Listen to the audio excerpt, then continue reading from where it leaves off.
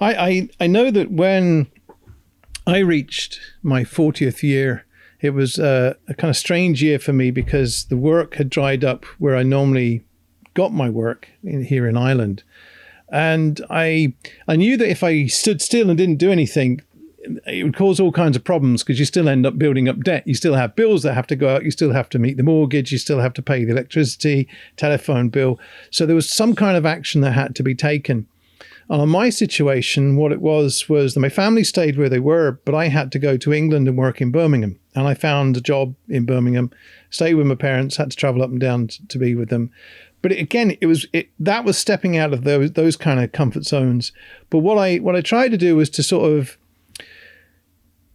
actually enjoy the experience, have no expectations of what was going to happen, and just enjoy the experience. And I think what other people in that sort of age bracket start to realize is that they do have some knowledge of life. At that stage, my children were either 13, 14. They were becoming a little bit more autonomous in a way. They had their mum with them here and stuff. And you began to realize what was important in life was family for us in particular.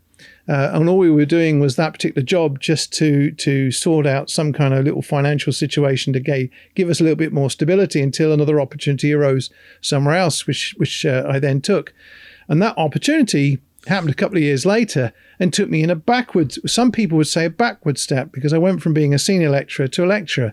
But what it gave me was an opportunity to be back at home. I could do my normal hourly work, but I also started making films. All the ambitions that I had before, I suddenly said, look, if everybody else is going to be a block to me, I'm going to unblock it and do it my way, because that's what I've learned. Do what it says on the tin. Follow and share.